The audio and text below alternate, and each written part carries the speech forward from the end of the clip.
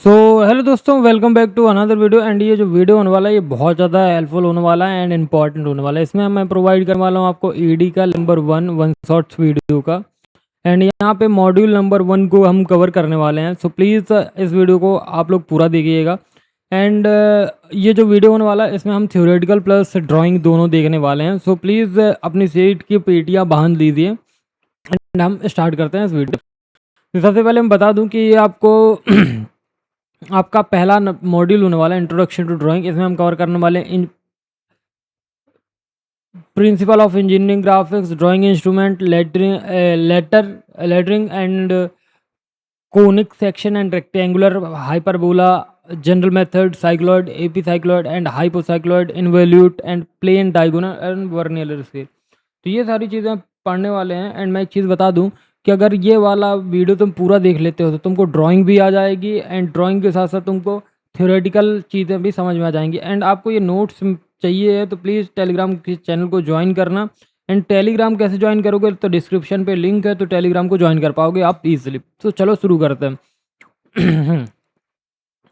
तो देखो, पहला जो हमारा बहुत इम्पोर्टेंट है, जो आप समझो, इंजीनियरिंग फिजिक्स। तो इंजीनियरिंग फिजिक्स नहीं, इंजीनियरिंग ग्राफिक्स के प्रिंसिपल और सिग्निफिकेंस। तो देखो, जो हमारा इंजीनियरिंग ड्राइंग है ये एक यूनिवर्सल ग्राफिकल लैंग्वेज है जिसके थ्रू हम इंजीनियर्स, डिज़ाइनर्स और मैन्युफैक्चरर्स जो होते हैं वो अपने आइडियाज़ को और डिज़ाइन को बिना किसी एम्बिग्यूटी के क्या करते हैं, कम्युनिकेट करते हैं। ये एक ऑब्जेक्ट के शेप में, साइज में, मटेरियल और डायमेंशन को स्टैंडर्ड रूल्स फॉलो करते हैं एंड 2D पेपर में क्या करते हैं, शो करते हैं, ताकि कोई भी इंजीनियर दुनिया में कहीं भी उसी उस तरह से समझ ले। सपोज मान लो एक बिल्डिंग है एंड बहुत बड़ी बिल्डिंग है एंड इस बिल्डिंग को हमें इसमें एक पेपर में शो करना है। तो हम A4 पेपर में कैसे शो करेंगे, with the help of drawing. तो हम ड्राइंग का यूज़ करते हैं, ठीक है। आई थिंक समझ गए होंगे। तो देखो, कुछ प्रिंसिपल हैं जो कि ड्राइंग में बहुत ज़्यादा हेल्पफुल होते हैं। सबसे पहला एक्यूरेसी। जो आपकी ड्राइंग होती है, ड्राइंग में हर डायमेंशन एग्जैक्ट होनी चाहिए, कोई भी गलती या मैन्युफैक्चरिंग में एरर। देखो, कोई अगर तुम सपोज मान लो तुमने अगर 2.5 की जगह 2.5 मीटर है, तुमने 2.6 मीटर कर दिया, तो ये तुम्हारी मैन्युफैक्चर जब करोगे ना चीज़ को, तो उसमें क्या हो जाएगी, एरर आ जाएगी, ठीक है। स्टैंडर्डाइजेशन। सब ड्राइंग जो होती हैं वो ब्यूरो ऑफ इंडिया स्टैंडर्ड्स को फॉलो करती हैं या तो ISO कोड को फॉलो करती है ताकि यूनिवर्सल समझी जा सके, ठीक है। तो ब्यूरो ऑफ इंडिया स्टैंडर्ड्स या ISO के कोड को क्या करती हैं, फॉलो करती हैं, ठीक है। Now proportion and scale. अगर ऑब्जेक्ट बड़ा या छोटा है तो उससे क्या करो, स्केल डाउन करो या स्केल अप करके सही प्रोपोर्शन में ड्रॉ करते हैं, ठीक है। क्लियरिटी। लाइंस, डायमेंशन और लेटरिंग इतनी क्लियर होनी चाहिए, इतनी क्लियर होनी चाहिए कि बिना कन्फ्यूजन के हम रीड कर सके। Projection principal. 3D ऑब्जेक्ट को 2D में ऑर्थोग्राफिक या पिक्टोरियल प्रोजेक्शन मेथड में क्या कर सकते हैं, प्रेजेंट कर सकते हैं। तो देखो, ध्यान से समझना, जो हमारे इंजीनियरिंग ग्राफिक्स के बेसिक प्रिंसिपल हैं वो क्या है। सबसे पहला है हमारा accuracy, standardisation, proportion and scale and clarity and projection plane, ठीक है। नाउ अब आप देखते हैं, तो ये 4 प्रिंसिपल होते हैं। एंड अब इसके सिग्निफिकेंस देख लेते हैं। सिग्निफिकेंस क्या होते हैं, सबसे पहले हम जान रहे हैं सिग्निफिकेंस क्या है, ठीक है। सिग्निफिकेंस हमारे इंजीनियरिंग ड्राइंग को, देखो इंजीनियरिंग ड्राइंग को इंजीनियर की यूनिवर्सल लैंग्वेज कहा जाता है। क्या कहा जाता है, इंजीनियर्स की यूनिवर्सल लैंग्वेज कहा जाता है। ये डिज़ाइन आइडियाज़ को क्या करती है, मैन्युफैक्चरिंग फ्लोर तक, एक्यूरेसी तक क्या करती है, ट्रांसफ़र करते हैं। फिर क्या आता है, जो हमारा लैंग्वेज होता है, लैंग्वेज वेरिएंट नहीं होता है, कोई भी कंट्री का वर्कर इसे समझ सकता है। तो देखो, सबसे बड़ी बात क्या है कि इसमें कोई लैंग्वेज वेरिएंट नहीं होता है, जैसे कोई भी कंट्री का इंजीनियर या वर्कर समझ सकता है। कॉम्प्लेक्स 3D मशीन को सिंपल 2D सीट पर हम कंप्लीटली डिस्क्राइब कर सकते हैं और कॉस्ट और टाइम बचा सकते हैं कि वर्बल एक्सप्लेनेशन की ज़रूरत ना पड़े, ठीक है। तो ये आपका बेसिक था इंजीनियरिंग ग्राफिक्स के प्रिंसिपल एंड सिग्निफिकेंस। तो अब बात करते हैं कि इंजीनियरिंग ड्राइंग में कौन कौन से इंस्ट्रूमेंट का यूज़ किया जाता है। तो देखो, एक्यूरेट और नीट ड्राइंग बनाने के लिए कुछ स्टैंडर्ड इंस्ट्रूमेंट यूज़ किए जाते हैं। हर इंस्ट्रूमेंट का कोई ना कोई काम होता है एंड उसका स्पेसिफिक काम होता है। देखो जो हमारा ड्राइंग बोर्ड होता है, ड्राइंग बोर्ड का काम होता है पेपर को फिक्स करके स्मूथ और फ्लैट सरफेस देना, किसके लिए, ड्राइंग के लिए। T square horizontal plane, horizontal parallel lines draw करने के लिए यूज किया जाता है। बोर्ड का जो एज होता है, बोर्ड के एज पर स्लाइड होता है, ठीक है। सेट स्क्वायर 45 डिग्री 30 से 60 डिग्री। ये वर्टिकल लाइंस और स्टैंडर्ड एंगल्स 30 45 60 90 डिग्री के लिए बनाने के लिए यूज होता है, टी स्क्वायर के साथ यूज किया जाता है, ठीक है। नाउ कंपास, तो कंपास में क्या करते हैं कि सर्कुलर और आर्क ड्रॉ करने के लिए, और डिस्टेंस ट्रांसफर करने के लिए हम यूज़ करते हैं। डिवाइडर का यूज़ किस लिए किया जाता है, दो पॉइंट्स के बीच डिस्टेंस मेजर ट्रांसफर करने के लिए यूज़ किया जाता है बिना स्केल के, ठीक है। प्रोटेक्टर किसी भी एंगल को मेजर करने या मार्क करने के लिए यूज़ किया जाता है। स्केलर स्ट्रेट लाइंस ड्रॉ करने के लिए, स्ट्रेट लाइन को ड्रॉ करने के लिए और जो हमारा लेंथ होती है उसको मापने के लिए हम स्केल का यूज़ करते हैं। फ्रेंच कर्व इरेगुलर कर्व्स को स्मूथली ज्वाइन करने के लिए हम फ्रेंच कर्व का यूज़ करते हैं। ड्राइंग की pencil H2H, HB, 4H and 3H, ये अलग अलग हार्डनेस की पेंसिल होते हैं। कंस्ट्रक्शन लाइंस में हल्की और आउटलाइंस को डार्क करने के लिए यूज़ किए जाते हैं।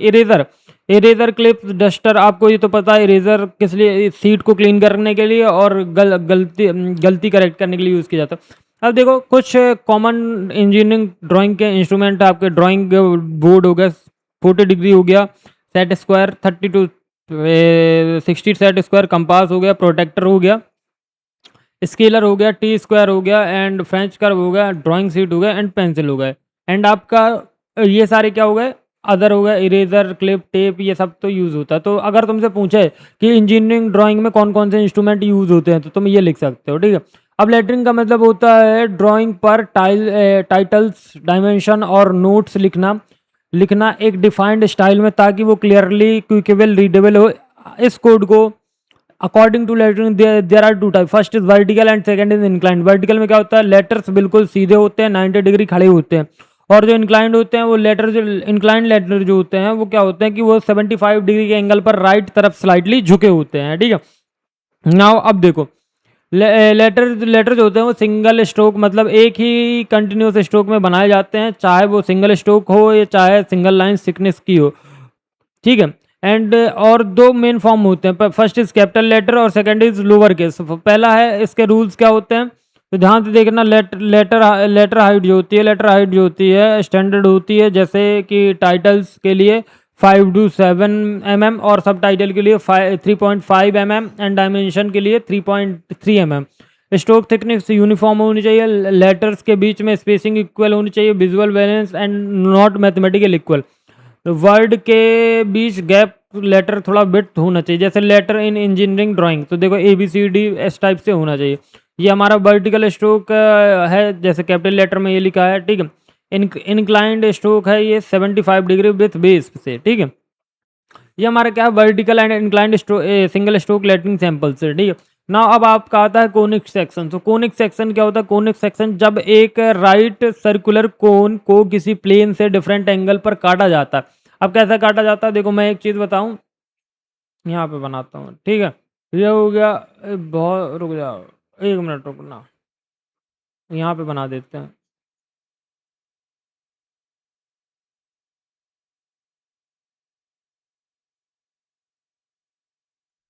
अब हम इसको यहाँ से काट देंगे, ठीक है।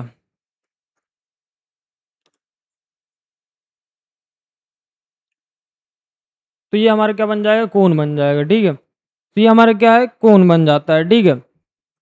ये हमारा यहाँ से क्या बन जाएगा, ठीक है, ये हो गया कोन, ठीक है।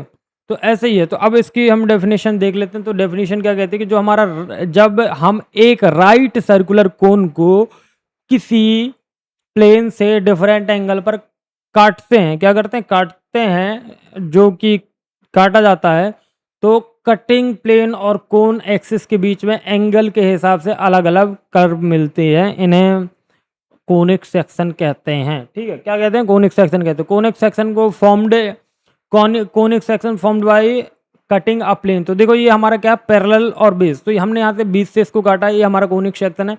ये हमने क्या है प्लेन एट एंगल, तो हमने इसको यहाँ पे इंक्लाइंड काटा हुआ है, ठीक है। इसको भी यहाँ पे हमने क्या काटा, ये हमारा पैराबोला, देखो ये सर्किल है, ये एलिप्स है, ये पैराबोला एंड ये hyperbola. Plane seat cut both happens and ये आपका डायग्राम है। तो देखो कोन को कट करने से मिलने वाले कर्व क्या कहलाते हैं, सर्किल कहलाता है, और हाइपरबोला कहलाता है, और आपका एलिप्स कहलाता है, एंड पैराबोला कहलाता है। तो अब इनको बनाना कैसे, ये मैं आपको आगे बताऊंगा, ठीक है। अभी यहाँ पे हम थ्योरेटिकल, देखो थ्योरेटिकल चीज़ें पढ़ लें, फिर उसके बाद मैं आपको बनाना भी सिखाऊंगा कि कैसे बनाते हैं, ठीक है। अब देखो अब देखो सर्किल कोनिक सेक्शन की टाइप्स। कोनिक सेक्शन की टाइप क्या होती है, 4 होती है। First is circle, ellipse, parabola and hyperbola. So parabola क्या होता है, सर्किल देखो कटिंग कंडीशन, देखो सर्किल में क्या होती है, प्लेन होता है और बेस के पैरेलल होता है, मतलब जब ई इज इक्वल टू 0 होगा तो हम कहाँ पे काटेंगे, प्लेन बेस के पैरेलल काटेंगे। एलिप्स में क्या होता है, प्लेन और एक्सिस से एंगल पर, मतलब एक्सिस से एंगल पर काटा जाता है, बेस से ज्यादा होता है, तो ई लेस देन 1 होता है, ठीक है। पैराबोला, पैराबोला में क्या होता है, प्लेन कोन के स्लैंट साइड के पैरेलल काटा जाता है, ई इज इक्वल टू 1 पे, ठीक है। ये कंडीशंस है, e is equal to 0, e less than 1, e equal to 1, और हाइपरबोला की ई ग्रेटर देन 1। तो प्लीज ये ध्यान रखना, कोनिक कर्व उन सब पॉइंट्स का लोकस है जिनके लिए फोकस से डिस्टेंस और डायरेक्ट्रिक्स से डिस्टेंस का रेशियो हमारा हमेशा क्या रहता है, कांस्टेंट रहता है, ठीक है। एंड अब देखो, अब रेक्टेंगुलर पैराबोला होते हैं जो जनरल मेथड से यूज करते हैं। तो देखो जो रेक्टेंगुलर पैराबोला होते हैं वो क्या करते हैं, एक स्पेशल पैराबोला होता है जिनका दोनों में आसिम्प्टोट्स के एक दूसरे के परपेंडिकुलर 90 डिग्री होते हैं, ठीक है। एंड ये इज इक्वल टू √2, मतलब 1.141 फिक्स्ड होता है। जब हम फोकस डायरेक्ट्रिक्स और एसेंट्रिसिटी दी गई होती है तो हम जनरल मेथड का यूज करके इसको फाइंड करते हो। तो देखो ये नहीं आता है, ठीक है। और अब एक चीज़ ध्यान सुनना, अब हमको देखना है कि हम देखेंगे अब इसका कंस्ट्रक्शन की, कैसे कंस्ट्रक्शन। तो मान लो कंस्ट्रक्शन के स्टेप देखने, तो मान लो कि हमारा जो फोकस डायरेक्ट्रिक्स है वो कितनी 50 यूनिट है और ई की वैल्यू इतनी है। तो एक वर्टिकल लाइन ड्रॉ करेंगे, तो देखो कैसे वर्टिकल लाइन ड्रॉ करेंगे देखना। तो हमने एक वर्टिकल लाइन ड्रॉ की, कहाँ से कहाँ तक, यहाँ से यहाँ तक हमने एक वर्टिकल लाइन ड्रॉ की, एंड एक लाइन हमने यहाँ से ऐसे ही ड्रॉ कर दी, ठीक है। अब ध्यान से समझना, अब जो हमारी लाइंस है, तो देखो जो हमारी डायरेक्ट्रिक्स से परपेंडिकुलर लाइन ड्रॉ करी है ये एक्सेस होती है, ठीक है। ये जो हमारी एक्सेस, ये क्या है, एक्सेस होती है, और ये हमारी डायरेक्ट्रिक्स होती है, ठीक है। एंड नाउ अब देखो एक्सिस पर 50 यूनिट्स पर फोकस मार्क करते हो, तो 50 यूनिट पे फोकस मार्क करेंगे तो यहाँ पे कहाँ आएगा, यहाँ पे आएगा 50 mm पे, ठीक है, 50 यूनिट। तो फिर क्या करेंगे, वर्टेक्स वी निकालने के लिए हम कौन सा फॉर्मूला का यूज करेंगे, वी एफ अपॉन वी, जो डायरेक्टिस्टिक डिस्टेंस इज इक्वल टू ई होता है, इससे v की पोजीशन x मिलती है। तो v is equal to D upon 1 plus E डायरेक्टिस्टिक से, ठीक है। एक्सेस पर वर्टेक्स से आगे जो हमारा एक्सेस होता है, एक्सेस पर वर्टेक्स से आगे कई पॉइंट्स आते हैं, जैसे 25 हो गया, 30 हो गया, ये सब आ जाते हैं, ठीक है। एंड हम उनको क्या करते हैं, मार्क करते हैं, और हर पॉइंट के लिए एक परपेंडिकुलर ऑर्डिनेट लाइन ड्रॉ करते हैं। हर पॉइंट के लिए हम क्या करते हैं, रेडियस को कैलकुलेट करते हैं, एंड कंपास से एफ को सेंटर बना के क्या करते हैं, रेडियस से आर्क को ड्रॉ करते हैं, ठीक है। एंड जो रिस्पेक्टिव ऑर्डिनेटेड लाइंस होती हैं उनके ऊपर नीचे हम क्या करते हैं, कट मारते हैं, ठीक। जैसे यहाँ से यहाँ पे रखेंगे, यहाँ के रख के एक कट यहाँ यहाँ यहाँ ऐसे कट मारते हैं, ठीक है। ये इंटरसेक्शन पॉइंट ही कर्व होते हैं, एंड सबको फ्रेंच कर्व में स्मूथली ज्वाइन कर देते हैं, एंड यही हमारा रेक्टेंगल पैराबोला होता है, ठीक है। अब साइक्लॉइड को देखो, मैं तुमको एक चीज़ बताऊं, मैं आपको साइक्लॉइड एंड ये पहले आपको देखो साइक्लॉइड क्या है। साइक्लॉइड एक कर्व है जो तब बनती है जब एक सर्किल जनरेटिंग सर्किल के स्ट्रेट लाइन पर बिना स्लिप किए रूल करता है। उस सर्किल की सर्कमफेरेंस पर फिक्स्ड जॉइंट जो पाथ होते हैं उनको फॉलो करता है, वही साइक्लॉइड सर्किल कहलाता है।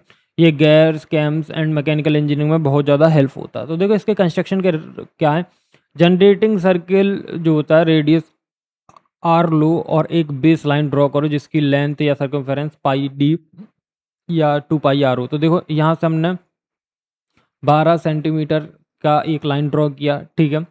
अब हमने क्या किया, बेस लाइन को 12 इक्वल पार्ट में डिवाइड किया। देखो हमने यहाँ पे जो बेस लाइन है 12 पार्ट में हमने इसको डिवाइड कर दिया, ठीक है। फिर सर्किल को भी 12 इक्वल पार्ट में डिवाइड करो अपने स्टार्टिंग पॉइंट पी से। तो देखो जो हमारा सर्किल है, सर्किल को हमने यहाँ से आधा माप किया, ठीक है। बेस लाइन से हमने सर्किल को भी डिवाइड कर दिया, ठीक है। अब एक चीज़ देखना, अब देखो एक चीज़ देखना, सर्किल्स के सेंटर से हॉरिजॉन्टल लोकस बेस लाइन के पैरेलल ड्रॉ करो, ठीक है। सो अब ध्यान से देखना, जो हमारा सर्किल का सेंटर, यहाँ से हमने एक लोकस ड्रॉ किया, ठीक। एंड हर डिवीज़न 1.123 पर हमने क्या किया, सर्किल को उस पोजीशन पर ड्रॉ किया। मतलब सेंटर हमेशा लोकस पर ही रहेगा, इससे पता चलेगा कि सर्किल कितना रोल करेगा। हर पोजीशन में क्रॉसबॉन्डिंग डिवीजन्स होते हैं एंड हाइट होते हैं। इस तरह हम 0 से 1 2 3 4 5 सब पॉइंट्स मिलेंगे, तो इनसे क्या बनेगा, फ्रेंच कर्व से की मदद से हम क्या बना देंगे, साइक्लॉइड बना देंगे। एंड इसको मैं ड्रॉ करके दिखाऊंगा आपके आगे। एपी साइक्लॉइड क्या होता है? एपी साइक्लॉइड होता है जब हम जनरेटिंग सर्कल्स के एक दूसरे सर्किल मतलब डायरेक्टिंग बेस एक दूसरे सर्किल के बाहर रोल करते हैं, तो पॉइंट फिक्स्ड होता है जो कर्व ट्रेस करता है एंड एपी साइक्लॉइड बनता है। ये गैर टीथ एंड डिज़ाइन में कॉमनली यूज होता है, ठीक है। तो ये ऐसे बनता है, ठीक। नाउ अब देखो हाइपोसाइक्लॉइड क्या है? हाइपोसाइक्लॉइड है कि एक जनरेटिंग सर्किल्स एक दूसरे के अंदर क्या करता है, रोल करता है, तो फिक्स्ड पॉइंट कर्व ट्रेस करता है एंड इससे हाइपोसाइक्लॉइड कहते हैं। एंड ये भी गैर प्रोफाइल डिज़ाइन में यूज़ होता है, ठीक है।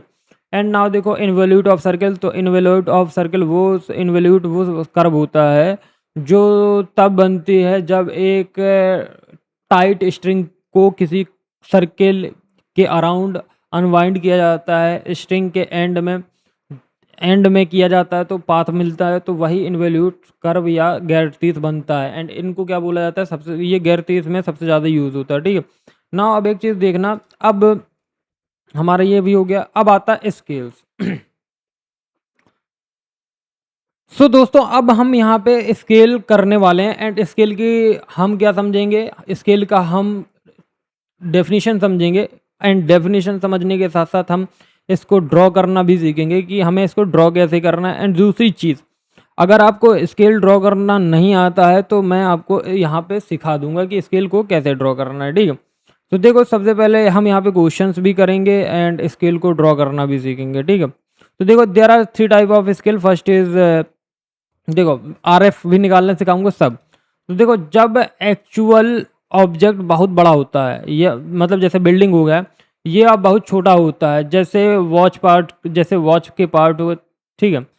तो उसे पेपर पर एज इट इज़ ड्रॉ करना पॉसिबल नहीं होता, इसलिए एक फिक्स्ड रेशियो का यूज़ करके ड्राइंग को रिड्यूस करके इनलार्ज किया जाता है। इसे हम क्या कहते हैं, इसे हम कहते हैं स्केल। रिप्रेजेंटेटिव फ्रैक्शन, आरएफ का फुल फॉर्म क्या होता है, रिप्रेजेंटेटिव फ्रैक्शन। इसका फॉर्मूला होता है, देखो अब यहाँ से देखना, अब यहाँ से तुम्हारा स्टार्ट हो गया ड्राइंग वाला फेज, ठीक है। सो नाउ आरएफ, आरएफ क्या होता है, आरएफ, अरे पेन चलना भाई, क्या हो गया, अरे गाइस मेरे को लग रहा है पेन थोड़ा सा हो चुका है, हाँ। सो रुक जाओ, देखो आरएफ क्या होता है आपको पता है, नहीं पता मैं बताता हूँ। आरएफ का फुल फॉर्म होता है रिप्रेजेंटेटिव फ्रैक्शन, ठीक है, यही पढ़े हैं हम, हाँ। रिप्रेजेंटेटिव फ्रैक्शन, अरे यार थोड़ा सा साइज छोटा करना मेरे को। आरएफ, तो आरएफ का फॉर्मूला होता है क्या, ड्राइंग का साइज क्या, अब चीज़ें नोट करना शुरू कर देना, ड्राइंग का साइज अपॉन ड्राइंग ड्राइंग का साइज अपॉन एक्चुअल साइज, ठीक है। अरे यार पेन क्यों नहीं चल रहा, देखो drawing size upon actual length, ठीक है, एक्चुअल लेंथ, ठीक है, एक्चुअल लेंथ, ठीक है। अब एक चीज़ ध्यान से देखना कि हमें रिक्वायरमेंट क्या होती है एक स्केल को ड्रॉ करने के लिए। तो सबसे पहले ध्यान से देखना, सबसे पहले हमें क्या चाहिए होता है, देखो मैं अब तुमको बहुत अच्छे तरीके से पढ़ाना, रिक्वायरमेंट, रिक्वायरमेंट क्या होती है एक स्केल को ड्रॉ करने के लिए, requirement to draw a scale. पहला हमको क्या चाहिए होता है, आरएफ चाहिए होता है, दूसरा हमें मैक्सिमम डिस्टेंस चाहिए होता है। क्या चाहिए होता है? मैक्सिमम डिस्टेंस चाहिए होता है। क्या? मैक्सिमम डिस्टेंस, ठीक है। नाउ फिर हमें क्या चाहिए होता है? नाउ हमें चाहिए होता है मैक्सिमम डिस्टेंस के बाद maximum distance of length of scale, ठीक है। Unit length of scale. फिर फोर्स चाहिए होता है हमको यूनिट। बस इतनी चीज़ें चाहिए रहती हैं एंड आपका काम हो जाता है, ठीक है। नाउ अब मैं आपको क्या सिखाने वाला हूँ, डायरेक्ट हम क्वेश्चन सीखेंगे। देखो, आई होप आपको यूनिट्स में कन्वर्जन में कोई दिक्कत नहीं होगा। तो चलो मैं यूनिट का भी बता देता हूँ, तो ध्यान रखना यूनिट में कौन कौन सी चीज़ें होती है। तो 1 मीटर, देखो यानी देखो भाई प्लीज़ जो चीज़ें बता रहा हूँ प्लीज़ उनको नोट करते जाना। यूनिट, ठीक है। क्या? यूनिट। यूनिट कौन कौन सी होती है? 1 metre, 1 centimetre, 1 metre, 1 centimetre, 1 millimetre, 1 inch, 1 inch हो गया, 1 1 इंच हो गया, और फिर से 1 inch, 1 foot, 1 foot, 1 yard, 1 metre, और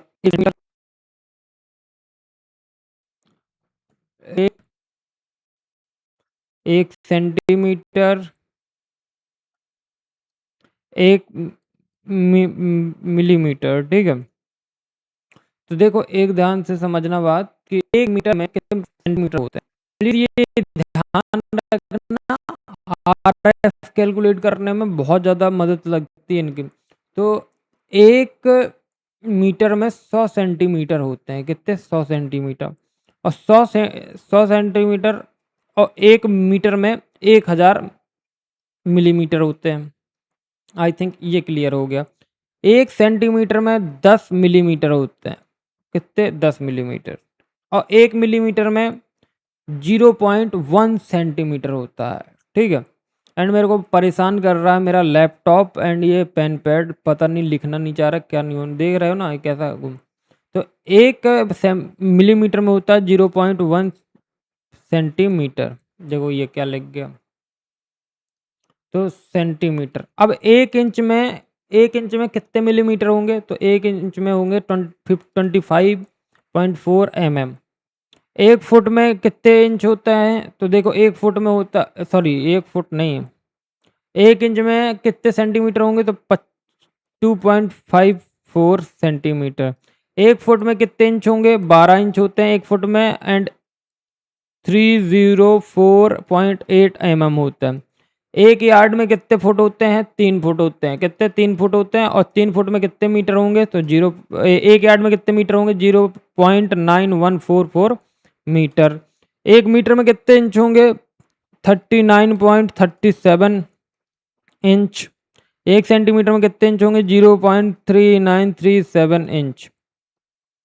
1 mm में कितने इंच होंगे? 0.03937 इंच, ठीक है। अब एक चीज़ ध्यान रखना, 1 इंच में कितने mm होंगे? 1 इंच। 1 इंच में कितने मिलीमीटर होंगे? तो 25.4 mm। 1 सेंटीमीटर में 10 मिलीमीटर। 1 मीटर में 1000 मिलीमीटर। 1 फुट में कितने mm? 1 फुट में 304.8 mm। और 1 मिलीमीटर में कितने मीटर होंगे? तो 1 मिलीमीटर में 0.001 मीटर होंगे। तो आई थिंक ये समझ में आ गया है। अब मैं आपको एक चीज़ बता रहा हूँ कि अब आप लोग तैयार हो क्वेश्चंस करने के लिए। सो अब हम फुल्ली प्रिपेयर हैं। तो देखो क्वेश्चन मैं बता रहा हूँ, क्वेश्चन आप ध्यान से सुनना कि हाँ हमारे पास एक मैप है। क्या है? इन अ मैप, एक हमारे पास मैप है जिसकी डिस्टेंस कितनी है? डिस्टेंस हमारी कितनी? 2 किलोमीटर है, ठीक है। 2 किलोमीटर है and 2 kilometre is shown as 1 centimetre का ड्राइंग है। 1 सेंटीमीटर में 1 सेंटीमीटर ड्राइंग में से हो रही है, 1 सेंटीमीटर इन ड्राइंग, ठीक है। ड्रॉ करना है आपको plane scale to read 30 kilometre, हमें कितना करना है 30 kilometre. And mark a distance, mark कहाँ करना है, मार्किंग 18 किलोमीटर में, कहाँ मार्क करना, 18 किलोमीटर।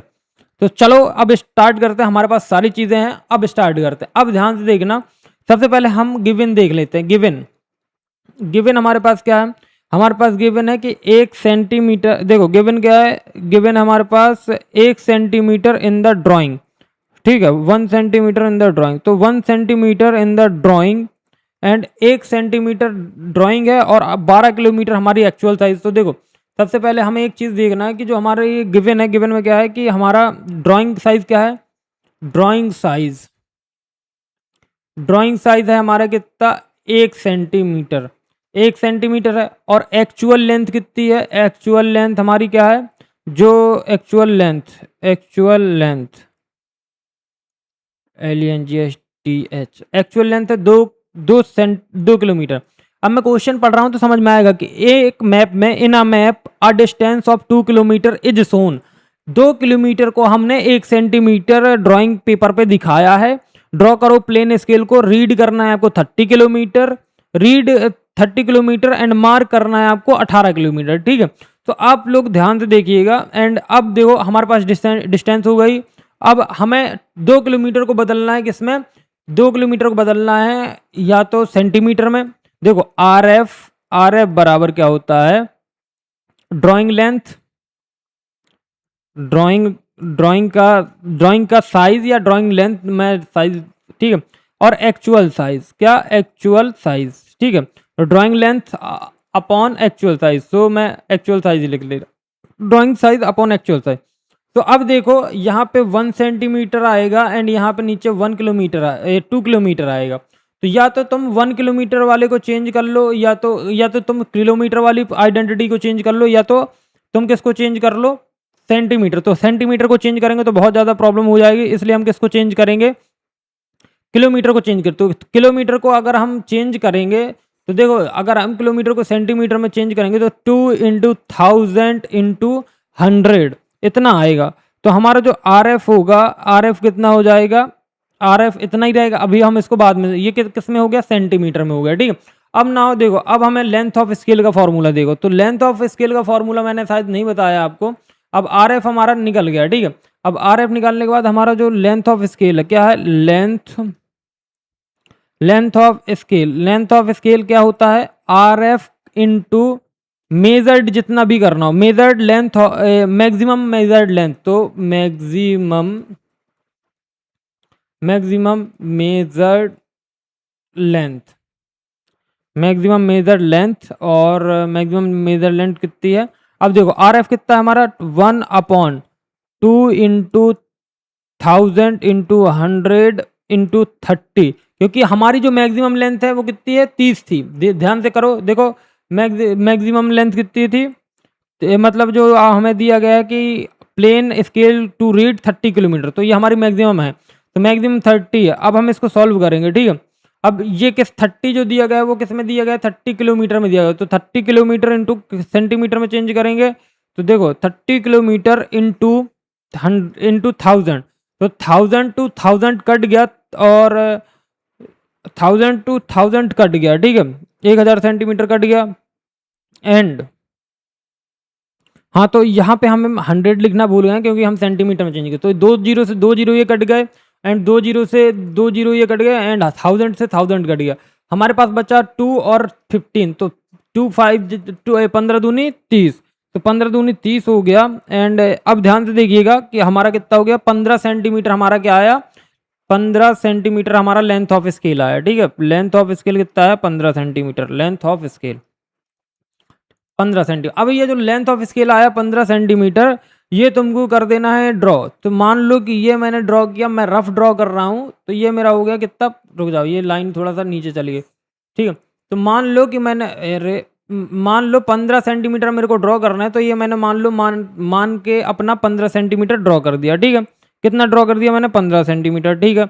अब मैं यहाँ से 2 सेंटीमीटर यहाँ से मैंने उठाया, ठीक है, 2 सेंटीमीटर मैंने यहाँ से उठाया, ठीक है, और मैंने इसको जोड़ दिया, ठीक है। ये मैंने जोड़ दिया।